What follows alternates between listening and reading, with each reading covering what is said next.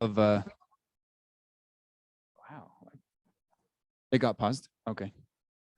So what's an example of something that is probably a red? If your business, that Netflix account, maybe, I don't know. Some people are like, yeah, that's a green. That's a must. I gotta unplug sometimes. Anyone have something that you feel like you're paying for right now that you're like, I do not need that? What subscription? How many 5 or 10 subscriptions do we have that we don't even know? Maybe the last time we checked on that. So in a shift, one of the easiest ways to make money is to not spend it, right? So that's easy just to get your money right. And we're going to cover, that's one of the topics anyways, I'm jumping ahead, but specifically, where should you spend money for your ROI? If you're not tracking your business, check on your ROI there and have a standard. If you're not making at least four times your expense, should you be spending? There's some people that their gauge is 10 times. So if I spend $1, I should make $10. If you're only making a break even, then does that even make sense?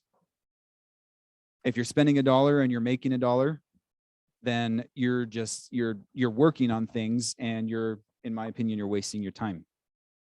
So if you're not tracking that, then that's probably a good reason to start. There's a couple areas like your SOI. For me, it was really hard to track specific ones like an event or my 36 touch campaign or some things like that. But so if you run into that and you can't track something, let's say you do a movie event, you can do something specifically and say, I'm going to ask for referrals, and these referrals, if they close, then yeah, I can tie that to the movie event specifically. But if there are other events, or if there's something else that you just do a regular touch, maybe a birthday call, and how do you track that? Or you send out a quick birthday gift. How do you track to see if you got business from that birthday gift? Honestly, that's pretty hard to track. But if you're going through your ROI, figure out what your total SOI dollar spend is that you can't track specifically to an event that you got business right there, and then just use that as your ROI. If you have something that you're trying to figure out, and if you don't know, if I didn't say it, ROI is your return on your investment. So if you're spending 20 grand on your SOI that year in general, and you don't know what activity exactly the business might have come from, then just go ahead and use it on just that 20 grand. If you got 3, 4, 5 deals, let's say you made 50 grand on that, and those that closed into 50 grand, then now you can figure out, well, I spent 20 grand over the year, I made 50. Now I can calculate an ROI. Is this an effective use of my money compared to my other sources? So that kind of brings us back to your lead source zone and what areas you guys are getting business from. Again, the underlying message is if you're not tracking this in some way, then today is the time that you get to start doing that. It's just a reminder to start putting this practice. This is one of those things that if you're not going to do it yourself, then maybe you need to leverage it in some way, but there is time that you need to work in your business, which is all of these steps that we talked about, and making sure that you're taking time to work on your business. And working on your business is just making sure that you're keeping an eye on these things. So in this example, here's the list of where did these closings come from. 10 came from door knocking, 7 from SOI, agent referrals were 2. 12 direct newsletter is 7, FISBO's 2. So if you go through and you audit your year, you can see this is where all of my business came from. And then you can prioritize them. And now get rid of, you can see going into the focus in that third section, get rid of all the ones in the bottom. One of the things that I feel like has been a success for so many agents who have mega agents is their focus on specific tasks and specific items. If you're trying to do all of that list, then odds are you'll probably be mediocre at best on all of them. But how much power can you put into your business if you get rid of the bottom half and focus on your top 3? Any questions or comments on this?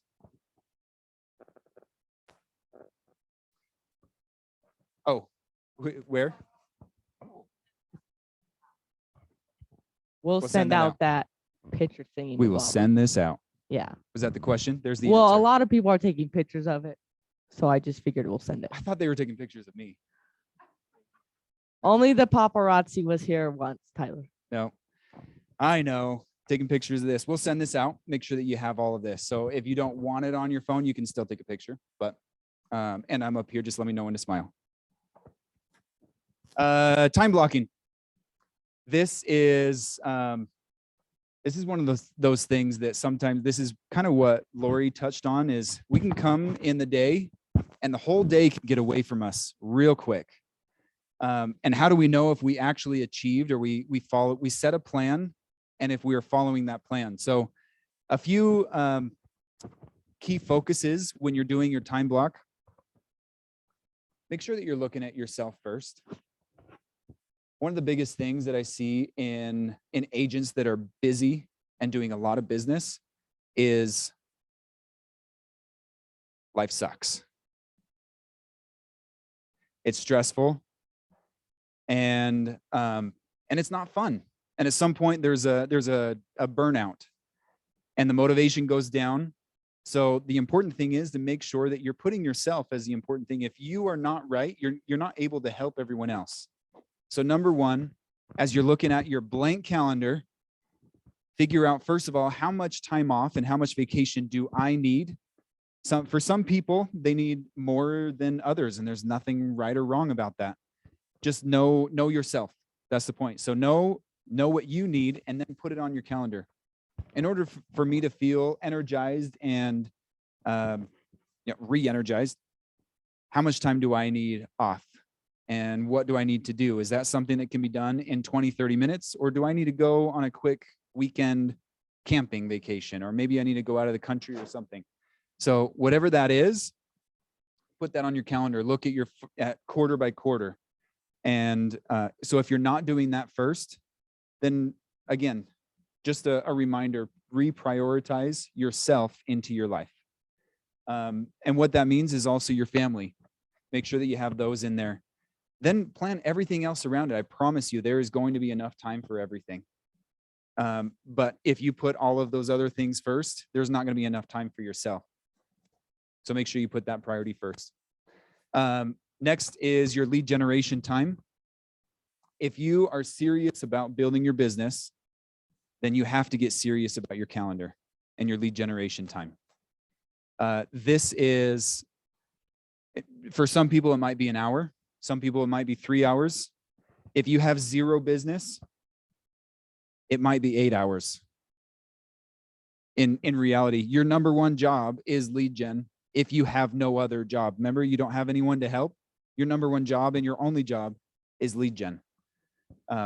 So if that, and maybe I'm over exaggerating a little bit, 8 hours a day of lead gen, that could be a lot. Maybe you would get burnt out. We don't want you to do it for a week or two and then be like, man, this sucks, I'm out. Make sure that what you can do is manageable as well. So lead generation time, the recommended time is 3 hours a day. And that being split up would be in 1 hour of prep time, an hour of activity time, of actual lead gen time, and then an hour of follow-up time, making sure that you're covering all of the lead gen activities you're already doing. Thank you. I just had a quick comment on that. For me, like, my biggest success has come from my SOI. And so I've just been focused on growing my sphere. So networking has been a huge part of my lead gen. And so I just wanted to encourage people, like, lead gen doesn't always mean, the boring stuff. Like, join the chambers, join different networking groups, and get out there and grow your sphere, because once you start growing your sphere and those people know you and start trusting you, the business will just automatically come.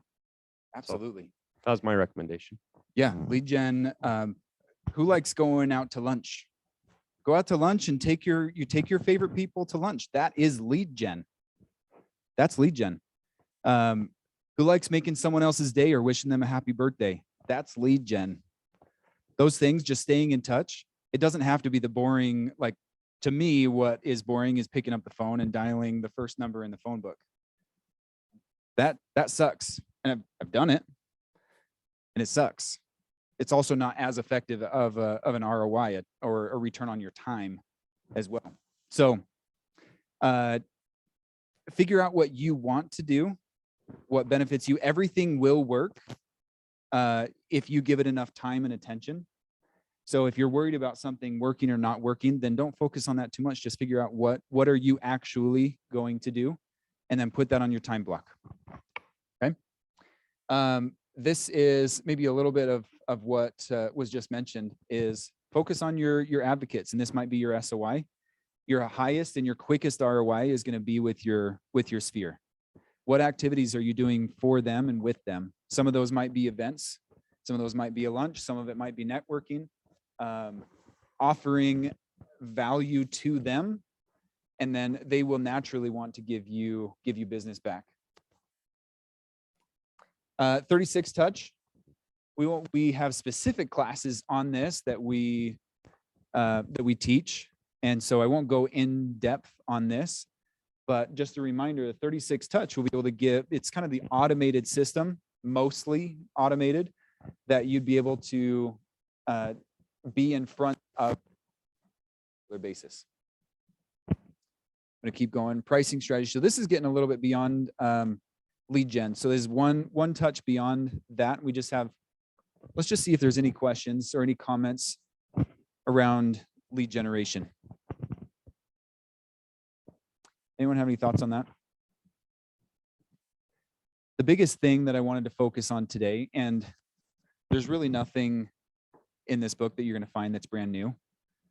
It really is, let's get back to the core basics.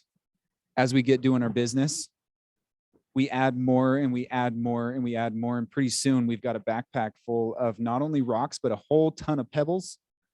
And our backpack is crazy heavy. We're like, what do I need to do? Today is a reminder. It is a focus. Let's get back to the basics.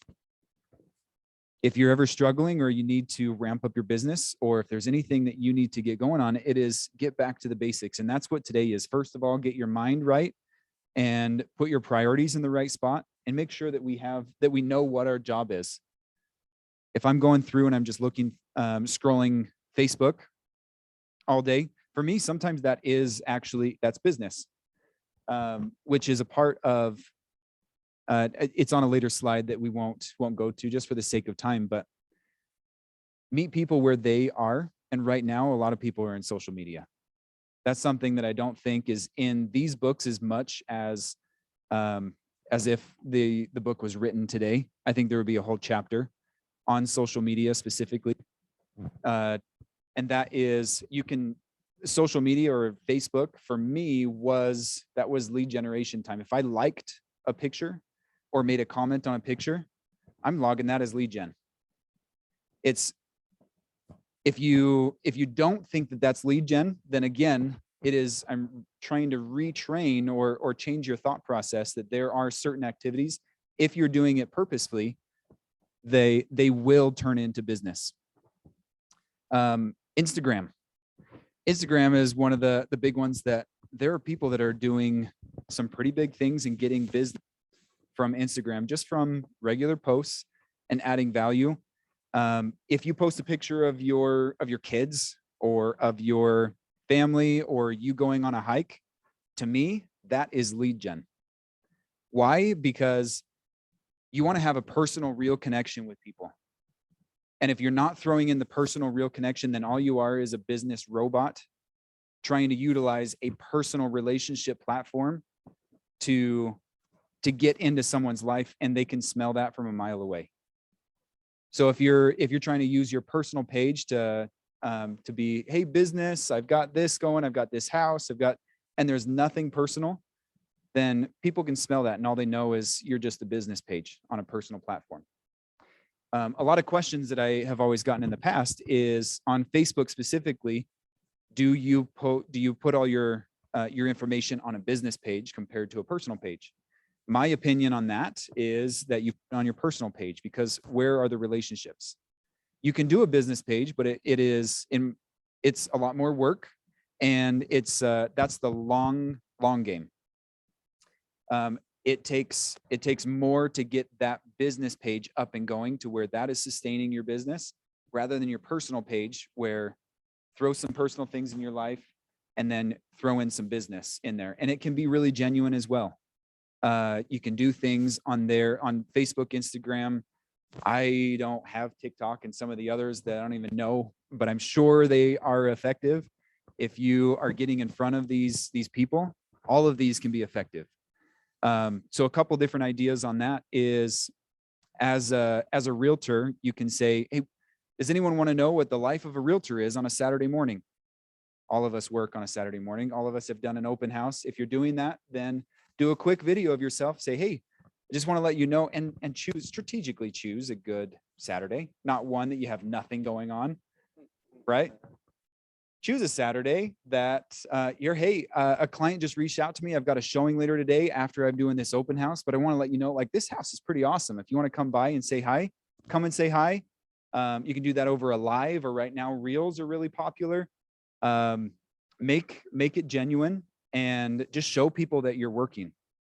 If you show people you're working, and then throw in some stats in there as the local expert, and people will, next time you see them at a barbecue, or you see them in person, or when they are thinking about real estate, they will think of you, and they will think of you higher than you probably will think of yourself. I know that from personal experience. People would come to me when they're like, wow, you're killing it. They're like, no, I just post all the good stuff. It's all fake on social media.